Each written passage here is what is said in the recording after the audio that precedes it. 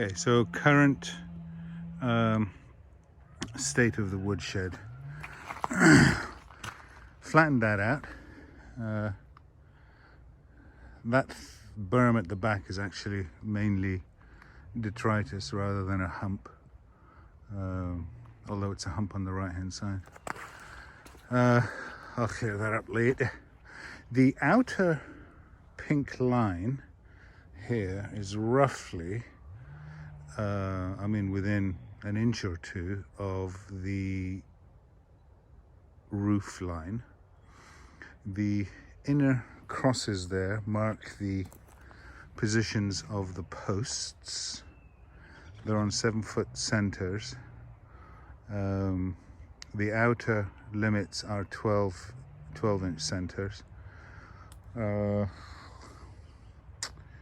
And so what's left to do now is to drill these out. Wow, look at that yellow that appears on video. That's just where it's glinting off, where there's a lot of the orange stuff. It's actually not yellow at all in real life. It's just more orange. Orange is a very strange color. You guys, whoever hears this, look into it sometime. Orange doesn't really exist as a color. It's very odd. Anyway, what's to do next is to drill these holes, dig these holes, put the sonotube in, arrange everything so that it's all the same height. It's very close right now, but it's going to be within an inch or two overall, but that well fixed with soil. So I'll find the highest, anyway, I'll find a spot that will act as the master height, and then make everything else match. Probably the low spot here, so I dig down for the other one, so you'll never see the concrete posts, or maybe an inch or two at the bottom, but that's it.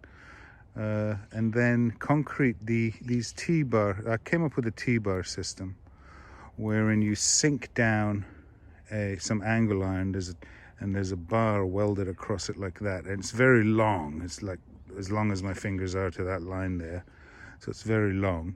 And then I place the post on that, find out exactly where it needs to go, and then cut the bits that stick out, and then sort of, I cut that, and then I put it up like that, and then weld it back on, and then screw into the posts. So hopefully, if that all works out, that'll be a easy way to deal with the vagaries of drilling through this stuff, because there's lots of rocks in this soil. It's not pure soil by any stretch. Look, everywhere you look, there's rocks, and I've trodden most of them down, but it's very rocky, so I can't imagine the drill bit, the auger bit, is going to be very accurate. But then I'll be able to move the beam on top of the concrete, the post on top of the concrete, and then weld it into final position before screwing that into the post. That's the plan. So the front end here is going to be 8-foot beams. So from there on up is 8 feet. Above that, there's the thickness of the beams that come across like that. So it's going to be like 8.6 or something. The back ones are going to be 7 foot. I might drop it down to 6.5. I think. We'll see. Just to get a bit more slope on the roof. 7 foot might not give me quite enough slope. Not that I think it's very snowy, but you know how it is. So out here, at this point here, the roof line should be about at least 11 foot tall, maybe 10.5, let's say. At this point, it'll be 8 foot plus the thickness of that thing, so 8.5 feet here, which is the narrow point